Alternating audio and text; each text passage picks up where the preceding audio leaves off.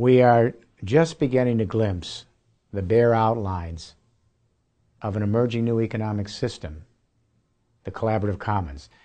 This is the first new economic paradigm to emerge on the world scene since the advent of capitalism and socialism in the early 19th century.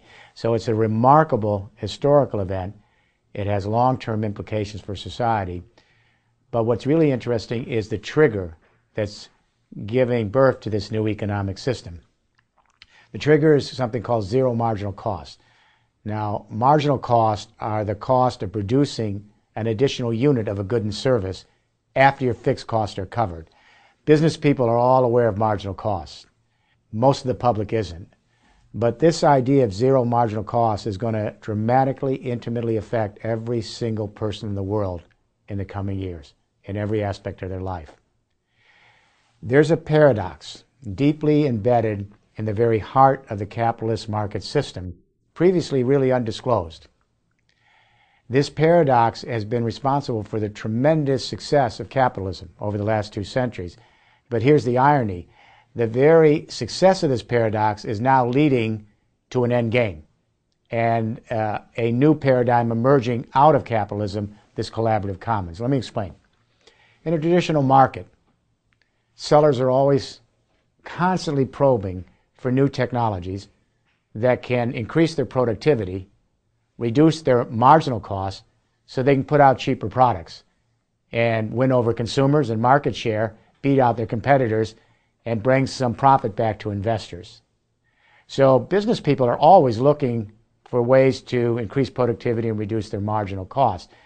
They simply never expected in their wildest dreams that there would be a technology revolution so powerful in its productivity that it might reduce those marginal costs to near zero, making goods and services essentially free, priceless, and beyond the market exchange economy. That's now beginning to happen in the real world. The first inklings of this zero marginal cost phenomena was with the inception of the World Wide Web from 1990 until 2014. We saw this zero marginal cost phenomena invade the newspaper industry, the magazine industry, and book publishing.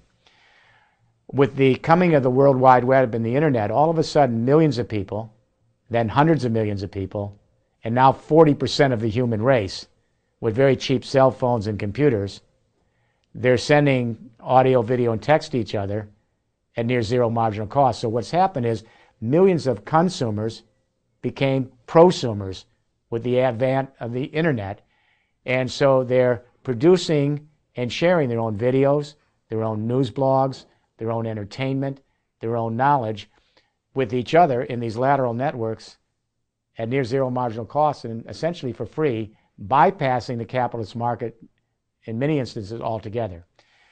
This zero marginal cost phenomena, as it invaded the information industries, wreaked havoc on big, big industries. Newspapers went out of business. They couldn't compete with near zero marginal cost. Magazines went out of business. And my own industry, publishing, has been just racked by free ebooks and free knowledge and information. But you know, the strange thing about it is, at first, a lot of industry watchers said this is a good thing. Because if we give out more and more information goods free, and people are producing and sharing it free, these freemiums will stimulate people's appetite to want premiums and then upgrade this free goods and information by getting more customized information. I'll give you an example. Musicians give away their music free when they started to see this happen, hoping that they would get a big, loyal fan repertoire, and then their fans would be enticed to go to their concerts and pay premium in order to, you know, be there in person. And then, of course, we saw this with newspapers. The New York Times will give you 10 free articles a month, freemiums, hoping that you'll then upgrade to premiums and buy their subscription service. It didn't happen on any large scale.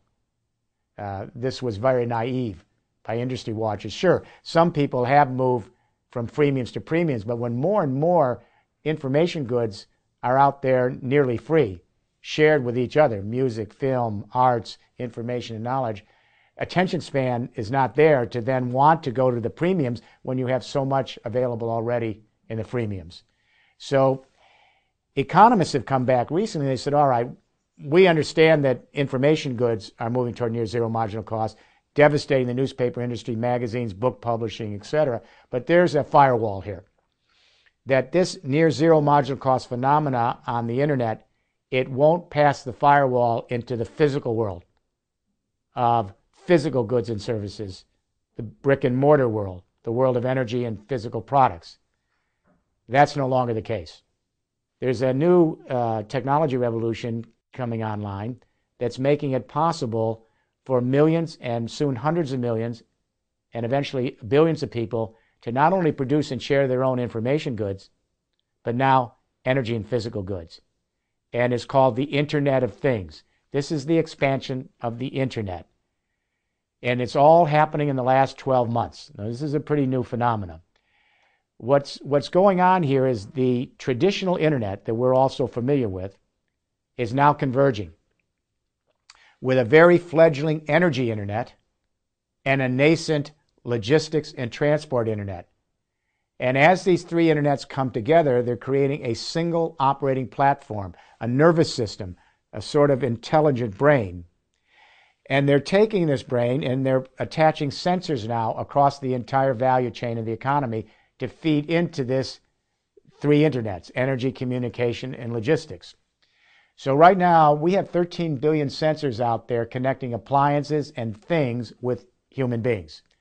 We have sensors connecting resource flows in nature. We have sensors at warehouse and distribution centers. We have sensors on smart roads monitoring traffic. We have sensors on the factory floor constantly keeping up-to-date information on the flow of production in the factories. We have sensors in the front and back office, sensors in retail stores. We have sensors all across the system feeding big data back. What's interesting is 13 billion sensors now. IBM says in 2020 we'll have 30 billion sensors connecting everything with every being. And by 2030, the most recent forecast, we'll have 100 trillion sensors connecting all of us in one vast lateral neural network made up of three operating engines: a communication Internet converging with an energy and a logistics Internet. And let me say one more thing about these three engines. When you look back at every society, their economic platforms always contain three elements: a form of communication, a form of energy to power society, and a form of mobility to move economic activity. For example, in the 19th century, first industrial revolution, the communication was steam power printing, and later the telegraph to move economic activity. The form of energy was coal and steam power. The form of mobility was the locomotive and the railroads. And that platform allowed us to build out a first industrial revolution. In the 20th century, we had these three as well, these components: communication, energy, and mobility. The communication was centralized electricity, and especially the telephone, later radio and television. The form of energy was oil, and the mobility was the internal combustion engine. And that platform then allowed us to have a great advance of economic opportunity in the 20th century, a second industrial revolution. This expansive Internet, this Internet of Things, brings us to a third industrial revolution. And the form of communication is the Internet. The form of power is renewable energy, distributed renewable energy. And the form of mobility is driverless, automated vehicles, logistics, and automated drones. So what we're seeing is just the first inklings of this new platform, these three Internets in one. And what this allows us to do is any consumer can become a prosumer, just like we did with information goods on the old Internet, access this new Internet of Things, and have available to us a complete stream of data from every part of the economy.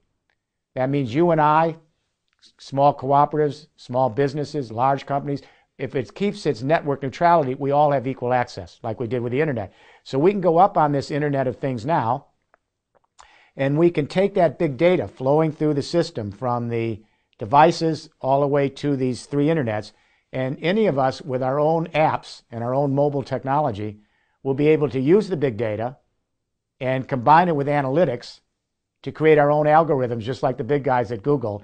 And it won't be rocket science because those apps will be programmed for us. So we can create our own apps with our mobile technology, using that big data to dramatically increase our productivity, reduce our marginal cost in the production of physical things like energy and 3D printed products. That's already begun.